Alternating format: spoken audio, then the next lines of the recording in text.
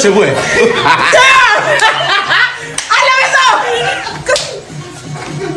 Hé, c'est la vente pour vous. 1, 2, 3. Actu du jour.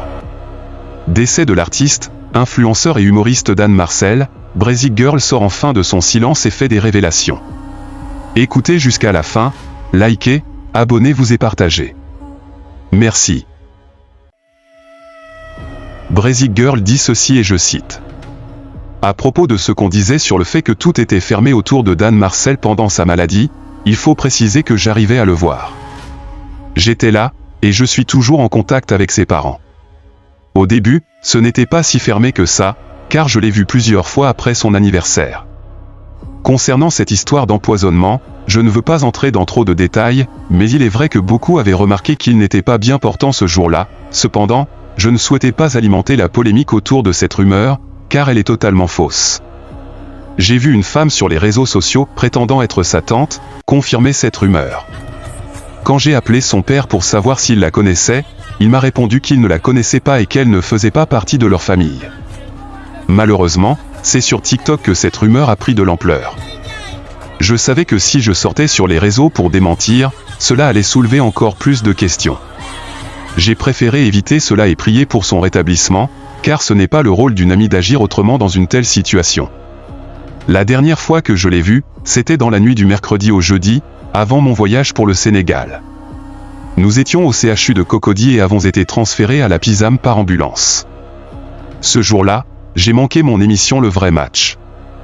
Je lui ai parlé et lui ai dit « C'est Inès, je suis là avec toi jusqu'au bout, je ne te lâche pas. » Quand nous sommes arrivés à la PISAM, nous avons réalisé que les frais allaient être coûteux, surtout sans savoir combien de temps il y resterait.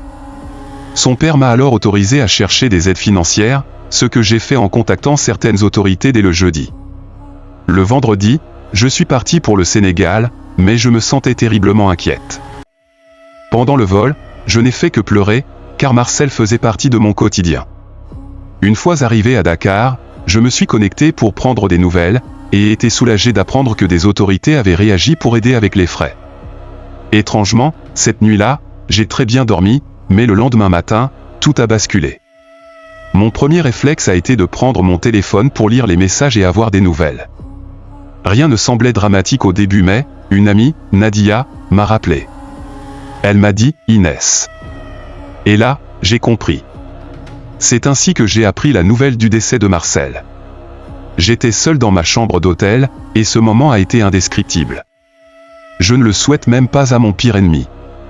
Comme je le dis toujours, Kevin Aubin, c'était le travail qui nous a réunis, mais Marcel, c'était différent. C'était la vie, une évidence. Nous avions la même vision de la vie, ce qui a fini par créer un trio. Marcel était ma personne.